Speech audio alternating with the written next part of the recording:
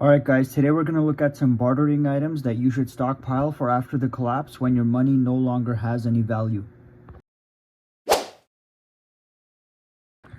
First up is bottled water. After the collapse, when the tap water stops working, depending on where someone lives, people will have to go all over the place, sometimes miles, just to get water from a lake or river, and they'll have to haul it back to their home. And even then, the water most likely won't be clean and will have to be filtered. Getting water for most people will take so much work, especially if they live in the city, which is why a sealed water bottle with clean drinking water will be extremely valuable. You can buy a case of 24 water bottles for around $3, so it's definitely worth getting a few cases at least. You can gather water and filter it for your own use, but people are most likely not going to trust you if you hand them a bucket of water during a trade, even if it's filtered, and you say it's clean and safe to drink because I ran it through my filter. Use the filtered water for yourself and the bottled water for bartering because other people are more likely to trust a sealed water bottle.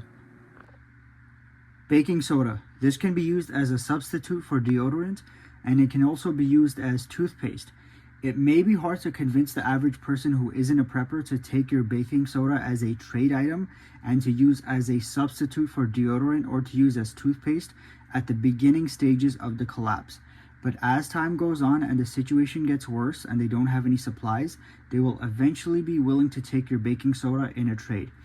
If you're dealing with someone who knows prepping and survival, they won't need any convincing and they'll be willing to take it as a trade item because they'll know how valuable it is. Depending on what a person is trading with you, you can give them a small box of baking soda or even take out some, put it in a Ziploc bag, and then trade it. You can also buy a big bag of it and do the same thing. Just take out the amount you need and put it in Ziploc bags when you're trading it.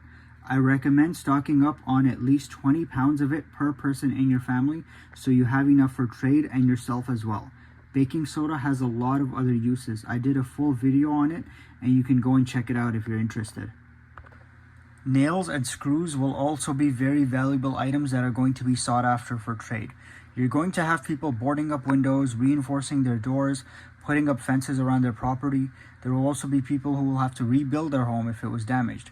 And there will also be many other uses. The thing with nails and screws is that they're not like rope where you can easily make it or find a substitute. It's hard to make nails and screws and probably impossible for most people. Nails and screws will be in high demand because they're difficult to improvise and almost everyone will have a use for them. Ammo will be an extremely valuable item because people will need it for self-defense and hunting. There's already an ammo shortage going on, but imagine how it's going to be after the collapse where people rely on ammo to protect themselves and feed their family. Anyone who has thousands of rounds of ammo will be the equivalent to a millionaire in our post-apocalyptic world.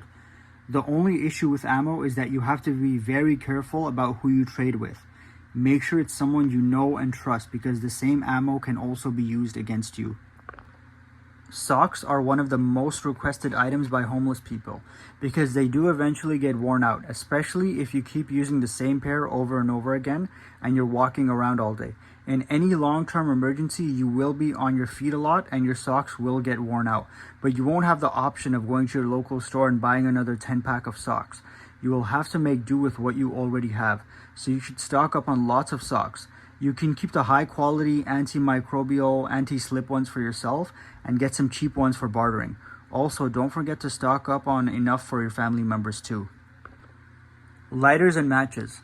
When the heating no longer works in people's homes and the stove is no longer working to cook food, people will be in their backyard or outside a lot, making fires to keep warm, cook food, and boil water.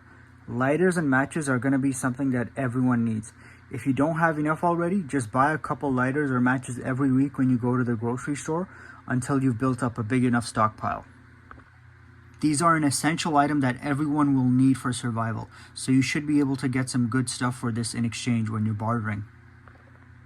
Almost everyone uses sugar on a daily basis, but most people don't keep more than 5 pounds in their home at one time because they believe they will always be able to get more at the grocery store. So once the collapse happens, people will run out of it very quickly and will need more. You need to stockpile lots of sugar. Have enough for yourself and for trade as well. Try and stock up on at least 20 pounds of sugar per person in your household. When trading, you can trade a 1 kilogram pack or take Ziploc bags and trade a little bit at a time depending on what they're trading with you. The good thing about sugar is that you won't need to store it in Mylar bags with oxygen absorbers. Just store it in an airtight container in a cool and dry place and it will basically last forever. The other good thing about sugar is that it isn't expensive. You can buy a 45-pound bag of sugar for around $35, so it's something that everyone can stockpile lots of. What are some other items that preppers should stockpile for bartering? Let me know in the comments. Alright guys, that's it for today's video. Thanks for watching.